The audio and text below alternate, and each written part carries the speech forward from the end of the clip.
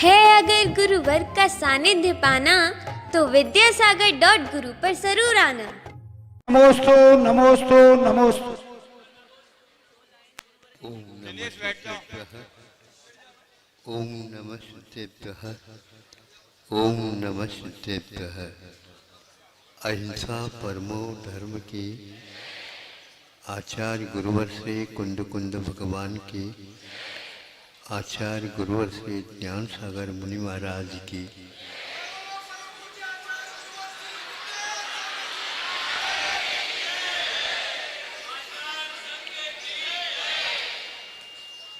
एक सप्ताह के बाद जनता मुख्य रूप से रविवार के दिन सुनने के लिए आती है, किंतु मूक माटी की योजना के सामने उसको भी मूक होकर के बैठ करके सुनना पड़ता है। इतनी प्यास लेकर के जनता आती है, सभा भवन में बैठने का ही सौभाग्य मिल जाए और वो भाग्य का अनुभव करती है जनता। अब यह ऐसा नियम जैसा हो गया है हमारे लिए, जब कभी भी योजनाएं मूक माटी के विषय को लेकर के हो जाती है तो हमारी वाणी भी मूक हो जाती। हमने आज समझाया मूक माटी भी यदि नहीं बोलेगी तो हम तो कुछ बोल ले। तो मूक माटी कहती है आप बहुत कुछ बोल चुके हो। मूक माटी कहती है मेरी भाषा भी ये समझने का प्रयास कर ले। क्या कहें, इसमें कोई संदेह नहीं। हम वस्तुतः इस मोह जाल में संसार जो जकड़ा है, इसके लिए किसी भी प्रकार से वह जकड़न, वह बंधन जाल इसका छूट जाए, इसके लिए ये प्रयास किया जाता है। स्व के साथ पर को भी यदि कुछ संकेत मिल जाता है बहुत अच्छा होगा। लेकिन आप समझ लीजिए कि आप शब्दों के द्वारा ही समझना चाहते हैं, किंतु शब्द तो बहुत ही पंगु है, चल नहीं सकते। भाव अनंत होते हैं, उसके द्वारा भावों को बांधना बहुत कठिन होता है। इस संसार के अनुभव से कोई भी वंचित नहीं है और एक प्रकार से इससे कैसे बाहर निकले इसको जानते हुए भी कभी कभी बाध्य होना पड़ता है। इन सब कमजोरियों के साथ जनता पुरुषार्थ अवश्य करती रहती है। और आज ही नहीं, ये 2, 2.5, 3 महीने से देख रहा हूँ, क्या बिहार हो, बिहार में भी यही हाल है और अन्यत्र कहीं चले जाए गर्मी के दिनों में वहाँ पर भी यही हाल है। हाल तो खचाखच भरा हुआ रहता है। पंखा की हवा भी कहती है हम भी बहुत दूर से यात्रा करते आ रहे हैं, हम भी थोड़े से सुन ले यहीं पर ठहर करके। प्राण वायु भी स्थगित हो जाती है, सब लोग सुनना चाहते हैं और हमें कह देते हैं कि आप सुना दो। अब हम ये सोचते हैं कि हमारे लिए श्रोता बनने का कब सौभाग्य प्राप्त। क्या आप लोगों के भावों को मैं पढ़ नहीं रहा हूँ?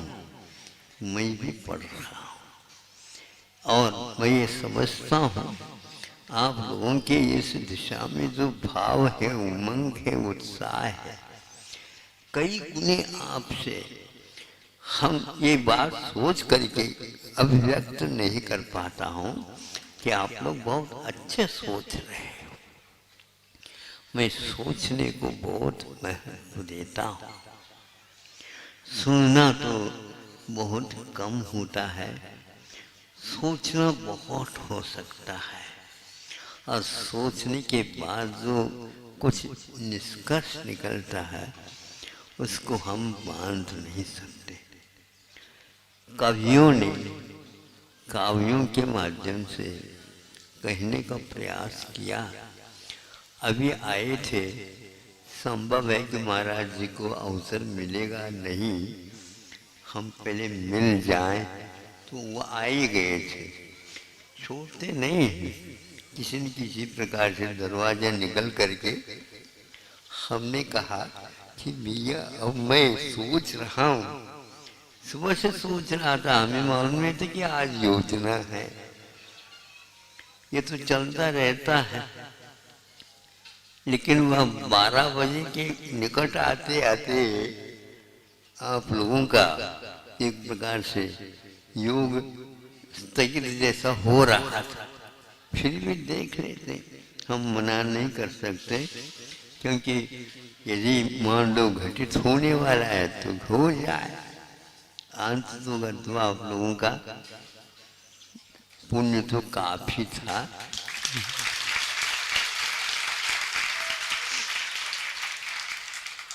आप लोग इतने पुरुषार्थ करके मूक माटी के बारे में सोचा, समझा, लिखा, अभिव्यक्ति दे, भावों को अध्ययन किया। आप लोगों के लिए बार बार तो मैं कह चुका हूँ, और कहने वाली मूक माटी आपके सामने है। अब भारत को एक प्रकार से समझाने की बात नहीं, कुछ प्रयोग करने की आवश्यकता है। हर दिशा में हमें प्रयोग करना है, क्योंकि सुनने के लिए वचन चाहिए, उन वचनों को सुनने के लिए भी, चिंतन के लिए आपको समय चाहिए। आज आपाधापी के इस युग में किसी को भी समय नहीं, मंदी ने तो सबको घेर रखा है। यहाँ पर विशुद्धि के अभाव में मंदी चल रही है, वहाँ पर अशुद्धि के उद्रेक के कारण शुद्धि भाग गई है। सब लोग चाह रहे हैं कि ये मंदी हट जाए। आप लोगों को अब सोना नहीं और सुनना भी नहीं। इस रवि को देख लो, वह न सुना रहा है न किसी की बात को सुन रहा है। 12 घंटे वह पूर्ण करता है और आपको उजाला दे देता है, और आप जंजाल में फंसे हुए हो। उस आलोक का उपयोग कितने आप कर सकते? समझदार उपयोग करने में लगाता है, और आप समझदार होंगे तो यही कहना चाहूँगा कि आप लोग युग की इस आवाज को सुनेंगे। अब सुनना बहुत हो गया, अब तो प्रयोग करेंगे। एक बात सोचा था अभी भी चर्चा के विषय में, कि कश्मीर को लेकर के जो आज चर्चा का विषय बना है और उसका निमित्त बना है आतंकवाद। आतंक के कारण क्या है हम नहीं समझ पा रहे, गरीबी का कारण क्या है हम नहीं समझ पा रहे। एक उदाहरण मुझे मिला और वहाँ उसी में मैं पुनः लगा हुआ हूँ। वो कहाँ है, किसके मुख से कहा गया है, इसको कहा इन लोगों को कि भैया उसको पहले ले आओ। उसके लिए बहुत लोग प्रभावित हो रहे हैं।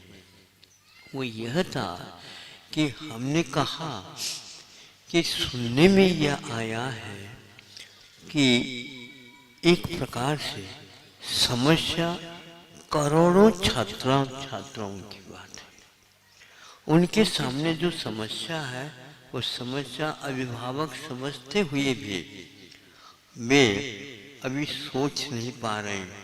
70 साल में सोचने को उनको मिला नहीं, किंतु करोड़ों विद्यार्थियों के छात्र छात्राओं के समस्या को समझने का प्रयास शिक्षकों ने किया बताते हैं। और ये बच्चों को हमने इतने प्रशिक्षित करने के उपरांत भी इनके अंक बढ़ क्यों नहीं रहे हैं? तो इसके उपरांत उनके मन में आया, इनको कहा जाए तुम जिस भाषा में लिखना चाहते हो उस भाषा में लिखना प्रारंभ कर दो। फिर क्या कहना था, बच्चों ने जहाँ 13 नंबर लिया था बिना कुछ पढ़ाई इत्यादि प्रबंध किए, उन्होंने उनको लिख डाला। लिखने के बाद 13 अंक के स्थान पर 60 अंक आ गए। अभिभावक यहाँ पर बैठे हैं, उनको अब सोचना नहीं है। मंजिल तो आ गई, आने दीजिए, लेकिन इन बच्चों के भीतर गतिविधि बढ़ जाए इस प्रकार का वातावरण तैयार कर लीजिए। उनके पास आप लोगों से भी कई नई प्रतिभा संपन्न है। वो जो 13 अंक ले रहा था उसके पास 60 अंक लेने की क्षमता थी। उसको अवरुद्ध करने वाले आप ही लोग। आप अन्यथा न ले। यदि आप इसमें थोड़ा भी विचार करेंगे, अवश्य 1 करोड़ छात्रों का जो उद्धार वो स्वयं कर लेंगे। आपको कोई आवश्यकता नहीं। अभिभावक इसमें भी बहुत कमजोर पड़ रहे हैं। विद्यार्थी को, बच्चों को जब तक इंग्लिश का अध्ययन नहीं कराएंगे, ये शाणे नहीं होंगे, ये प्रतिभा संपन्न नहीं होंगे। ये आप लोगों की अविवेकता का मात्र प्रतिफल है। और इसको अन्य देशों ने भी सिद्ध किया, अभी भारत नहीं सिद्ध कर पाया इसको। ऐसे कई लेखक, चिंतक और उपदेशकों ने ये पाया है कि इस भूत को तो निकाल देना चाहिए।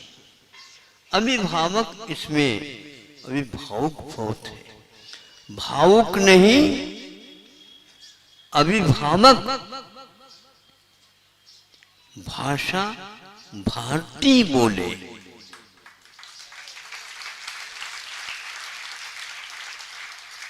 इसको ही मैं प्रयोग समझता हूं। आप लोगों की ये धारणा है, प्रतिभाशाली उसके लिए साक्षी है। उन्होंने 5-6 साल तक इसी भाषा के, इंग्लिश भाषा के माध्यम से ही सारे विषय चलाए। मैं सोचता रहा, ये भी मना करूं मैं, इनको ठीक नहीं लगेगा। और जिस समय पर मैं करूंगा ये ना नहीं कर पाएंगे। और मैं अपने उस भूमिका में बना रहा। साहस बहुत बड़ा आवश्यक होता है। धीरज रखिए तो ये बिल्कुल मैं मानता हूँ। मैं यदि अधीरा हो जाऊंगा ये तो धीरज और खो देंगे। फिर जब बात पलट गई तो फिर हमने कहा अब मैं ये समझता हूँ कि आप लोगों को काफी इस दिशा में अनुभव हो गया है, इसलिए इंग्लिश माध्यम नहीं किंतु इंग्लिश बहुत अच्छे ढंग से आप लोगों को पढ़ाना है। हिंदी में भी बोले, संस्कृत में भी बोले और इंग्लिश में भी बोले। ऐसा नहीं समझ में आए कि ये इंग्लिश बोलने वाली छात्रा हिंदी भी बोल सकती है, ये हिंदी बोलने वाली छात्रा इंग्लिश भी बोल सकती है। इन दोनों को बोलने वाली छात्रा संस्कृत में प्रवचन भी कर सकती है।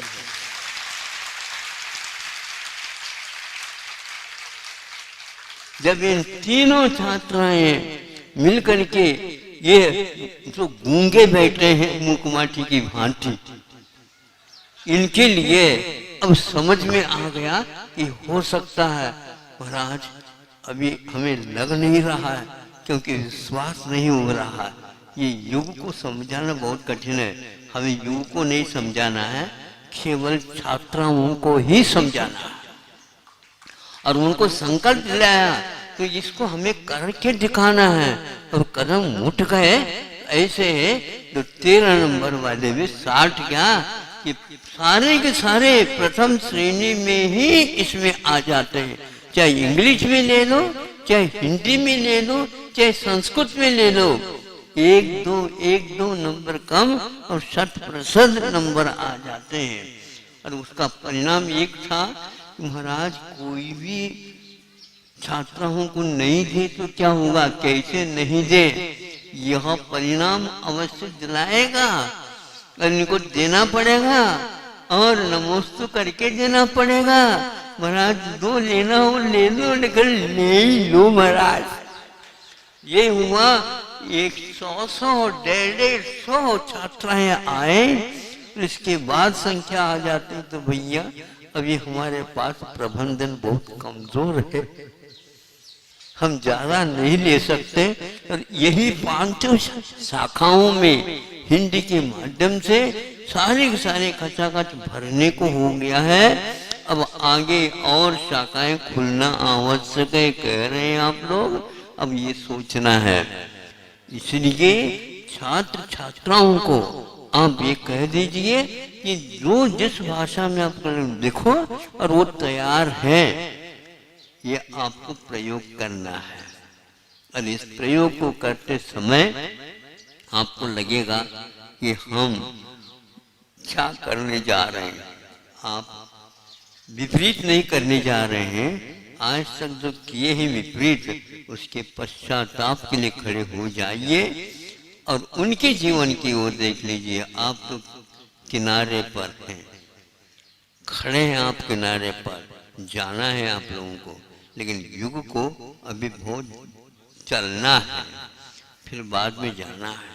मैं ज़्यादा न कह करके आजकल मैं प्रयोग के ऊपर विशेष बल देता रहता हूँ। एक व्यक्ति जो कि IIT में स्कॉलर के रूप में है, जो कि वह 25-30 देशों में घूम करके इस हाल को देखा है। जहाँ कहीं पे विद्यार्थियों से पूछा, छात्रों से पूछा तुम्हारी क्या दिक्कत है, तो उनके माध्यम से यही उन्हें अवगत हुआ, हमारे लिए भाषा को लाद दिया गया है और इस कारण हम अपनी अभिव्यक्ति नहीं कर पा रहे हैं। और प्रतिभा हमारे पास है, इंग्लिश वक्तव्य सुन करके भी उन्होंने अपने बुद्धि में उसको पकड़ने का प्रयास किया है उस माहौल में भी, किंतु अभिव्यक्ति के लेखन के रूप में वह कमजोर रहने से सामने नहीं आ पा रहे। उन्होंने इस प्रकार कहा है, ये इंग्लिश के महाभूत को अब भूलना होगा। होता वैज्ञानिक है वो, जिसमें वो जहाँ पर वह विश्वविद्यालय में पढ़ाया, अनुभव लिया है, वहाँ पर 5-6 पेटेंट हुए उनके। इतने शोध करने वाला व्यक्ति ने कहा है कि यह मार्ग अवरुद्ध होना चाहिए, इसके लिए कभी स्कोप नहीं मिलना चाहिए, इसके लिए कभी सहयोग नहीं मिलना चाहिए। और यह इस प्रकार के बंधना, विद्यार्थियों को बांधना एक प्रकार से महान अपराध माना जाता है, किंतु इसमें आप लोग अपराध के कारण बनते गए हैं 70 साल। अब 70 साल से पूर्व में जिन नेताओं ने या जिन्होंने संग्राम करके स्वतंत्रता के लिए जो हासिल किया करवाया है, उनकी भी आवाज कम से कम क्या करो, आप पीछे भी देखो।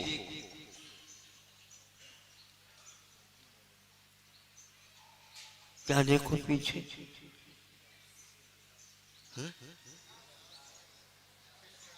हाँ, पीछे भी देखो का अर्थ यह है इतिहास देखो, भविष्य न देखो। भविष्य आपके हाथ में नहीं, आपके पैरों में। भविष्य आपके और किसी अवयव में नहीं, बाहुओं में है, इन हाथों में रेखा है, वो रेखा बदल सकती है, लेकिन बाहुओं के धमनी में जो खून है वह आपको नया जीवन देने की क्षमता रखता है। वो किस काम का है वो खून? इसलिए आप लोगों में कहना चाहता हूं कि पीछे भी देखो, पिछरग्गू न बनो, पीछे रहोगे। और सभी देशों में देख ले भारत क्यों पीछे रह रहा, विकासशीलों में क्यों रहा है? वो अपने आप को कभी विकसित मान ही नहीं सकता, क्योंकि इंग्लिश के बिना यह काम हो नहीं सकता। ये जो धारणा आपकी बनी है यह अभिशाप सिद्ध हो गया, इसको तो आपको छोड़ना ही पड़ेगा। इन बच्चों को आपको तैयार करना होगा और वो बच्चे आपसे बहुत आगे के निकलेंगे।